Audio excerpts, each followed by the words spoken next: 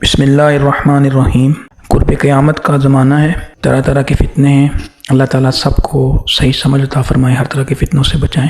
امام مہدی رضی اللہ تعالیٰ عنہ کے بارے میں بہت اہم اور ضروری بات یہ ہے کہ وہ خود مہدی ہونے کا دعویٰ نہیں کریں گے، اور دوسری بات یہ کہ وہ نبی صلی اللہ علیہ وسلم کی اولاد میں سے ہوں گے، سید ہوں گے۔ والد کی طرف سے حسینی سید اور والدہ کی طرف سے حسنی سید، اور ان کا نام محمد ہوگا۔ ان کے والد کا نام عبداللہ، والدہ کا نام آمینہ، اور وہ خود دعویٰ نہیں کریں گے بلکہ وہ چھپتے پھر رہے ہوں گے، خانہ کعبہ کا طواف کر رہے ہوں گے، اور آسمان سے آواز آئے گی۔ نہ وہ خود دعویٰ کریں گے نہ دوسرے لوگ ان کو کہیں گے کہ آپ مہدی ہیں، بلکہ لوگ تلاش کر رہے ہوں گے، نشانیاں بھی ان میں ہوں گی، لیکن وہ دعویٰ نہیں کریں گے۔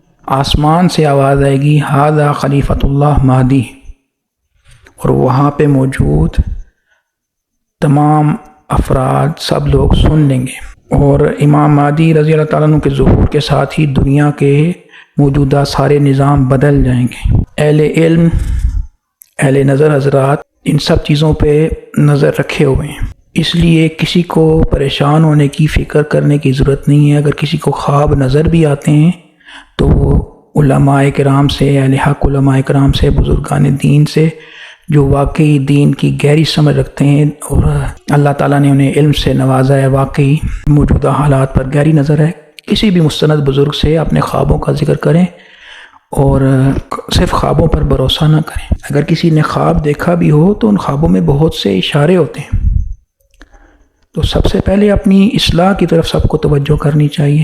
اللہ تعالیٰ سب کو ہدایت یافتہ بنائیں اور امام مہدی رضی اللہ عنہ کے بہترین ساتھیوں میں سے ہونے کی توفیق عطا فرمائیں۔ یہ وقت اپنے ایمان کی حفاظت کا ہے، سب سے پہلے اپنے ایمان کی حفاظت کریں، اپنے ایمان کو بچائیں، اپنی نسلوں کے، اپنے رشتہ داروں کے، دوست احباب کے، سب کے ایمان کی حفاظت کریں، اور 5 وقت کی نماز پڑھنا شروع کریں، دین پر عمل کرنا شروع کریں۔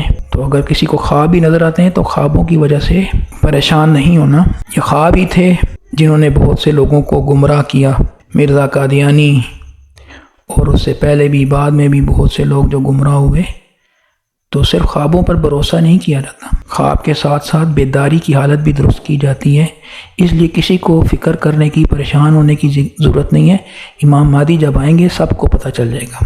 اللہ تعالیٰ سب کو صحیح سمجھ عطا فرمائے اور سب کو دین پر عمل کرنے کی توفیق عطا فرمائے۔ امام مہدی رضی اللہ عنہ کی نصرت کے لیے، ان کی مدد کے لیے خراسان سے لشکر اٹھے گا، اور ان کے جو بہترین ساتھی ہوں گے جو ان کی لیے راہ ہموار کریں گے، ان کا نام اور ان کا اولیاء اور زیادہ تفصیلات تو کتابوں میں موجود نہیں ہے، لیکن مختصراً بتا دیتا ہوں کہ حارث اور منصور۔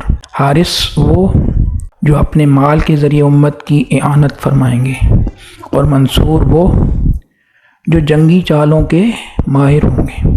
تو مہدی کے لفظی معنی ہے ہدایت یافتہ ہوں، اور امام مہدی کو امام مہدی اسی لیے کہا جاتا ہے کہ وہ ہدایت یافتہ لوگوں کی قیادت کریں گے۔ اور حارث لفظی معنی کاشتکار کے ہیں، یہ لقب ہوگا۔ تو وہ اپنے مال کے ذریعے امام مہدی کے لشکر کی اعانت فرمائیں گے، امت کی اعانت فرمائیں گے، مدد فرمائیں گے۔ تو جو بھی مال والے ہیں اپنے رزق حلال سے امت کی مدد کریں، امام مہدی کے لشکر کے لیے راہ ہموار کریں۔